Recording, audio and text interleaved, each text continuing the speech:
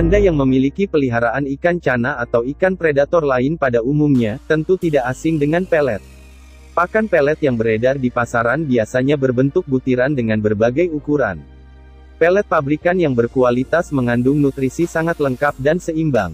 Kandungan utama pelet adalah protein, lemak, karbohidrat, vitamin, dan mineral dalam jumlah yang cukup untuk memenuhi syarat kebutuhan ikan. Rasio persentase komposisi nutrisi ini biasanya disesuaikan dengan jenis ikan. Komposisi ini tertera pada kemasan produk. Namun ternyata, tidak semua pecinta ikan memahami komposisi nutrisi yang tertera. Bagaimana dengan Anda yang sedang menyimak video ini? Ingin tahu apa saja sebenarnya nutrisi-nutrisi itu beserta manfaatnya bagi ikan? Simak video ini hingga selesai.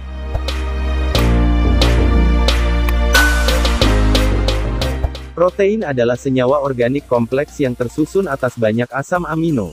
Protein dapat berasal dari tumbuhan maupun hewan. Kandungan asam amino pada protein nabati kurang lengkap sehingga perlu ditambah dengan protein hewani. Protein merupakan unsur yang paling penting dalam pakan ikan predator seperti cana maru.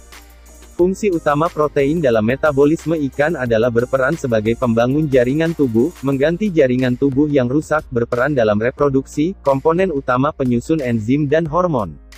Protein dapat ditemukan di hampir semua bahan mentah. Ikan golongan karnivora seperti cana maru membutuhkan protein lebih besar dibanding ikan herbivora dan omnivora.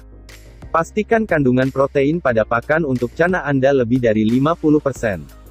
Bila ikan cana yang Anda pelihara hanya makan pelet saja dengan kandungan protein di bawah 50%, tentu akan mengganggu pertumbuhan dan perkembangannya. Lemak berfungsi sebagai sumber energi sekaligus sebagai cadangan energi bagi ikan.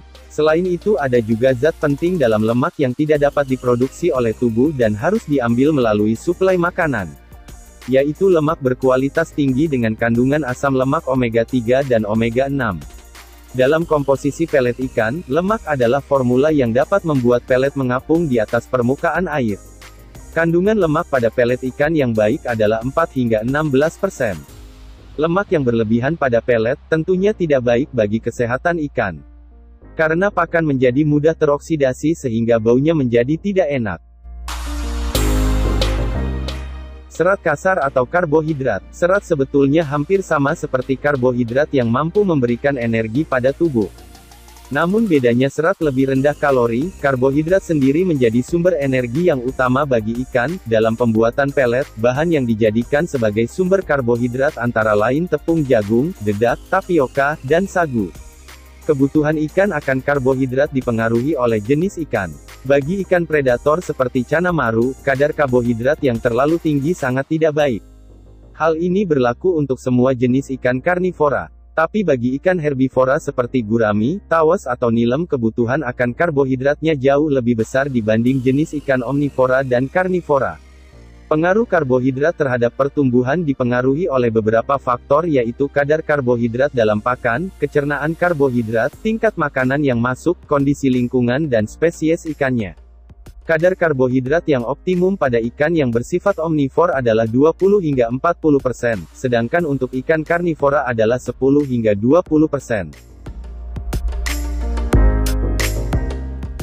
Abu merupakan zat pakan anorganik. Sebagian besar bahan yang membentuk abu tidak dapat diserap oleh ikan, sehingga abu dianggap limbah dalam pelet ikan. Oleh karena itu, kadar abu yang rendah pada pelet dianggap lebih baik. Tak heran dalam label kemasan pelet, abu yang ditulis atau dinyatakan adalah presentase maksimumnya. Lantas mengapa abu tetap ditambahkan dalam pelet? Ini dikarenakan ada beberapa zat dapat dimasukkan ke dalam abu meskipun tidak semuanya dapat dicerna. Zat itu beberapa di antaranya adalah kalsium dan fosfor. Biasanya, dalam pelet ikan kadar abu tidak boleh lebih tinggi dari 8 hingga 12%. Kandungan abu yang tinggi dapat mengurangi efektivitas kecernaan bahan-bahan lain dalam pelet. Akibatnya, pertumbuhan ikan menjadi buruk dan tidak maksimal. Sebetulnya zat dalam abu juga termasuk bagian dari mineral. Moistur merupakan kandungan air dalam pelet. Setiap jenis pakan memiliki kadar air yang cukup bervariasi. Untuk pelet ikan yang sudah kering, umumnya mengandung atau berkadar air 10 hingga 15%. Kadar air dalam pakan perlu diketahui untuk membandingkan dengan nilai nutrisi berdasarkan bahan keringnya. Vitamin merupakan senyawa esensial yang hanya bisa dipenuhi dari luar tubuh ikan. Bagi ikan seperti cana, vitamin hanya diperlukan dalam jumlah sedikit. Vitamin bisa ditambahkan pada pakan atau pelet karena tubuh ikan tidak bisa memproduksinya sendiri. Berbeda bila ikan cana maru yang ada pelihara makan pakan alami, maka akan dapat memperoleh semua unsur nutrisi, termasuk vitamin yang berasal dari makanan alami tersebut. Meski mineral dibutuhkan oleh tubuh ikan dalam jumlah yang sedikit, namun mineral sangat penting bagi ikan. Mineral berfungsi dalam proses metabolisme dan pembentukan jaringan. Mineral dibagi menjadi dua, yaitu makromineral seperti kalsium, belerang, fosfor, klorida, natrium, kalium, dan magnesium. Sedangkan mikromineral adalah seng, mangan, tembaga, molibdenum, krom, fluor dan lodium. Mineral-mineral ini sangat berguna untuk ikan mulai dari fungsi pernafasan, hingga untuk pembentukan struktur tulang, gigi, dan sisik. Lantas bagaimana dengan sisik bunga pada cana maru? Ingin tahu jawabannya? Silahkan subscribe channel ini.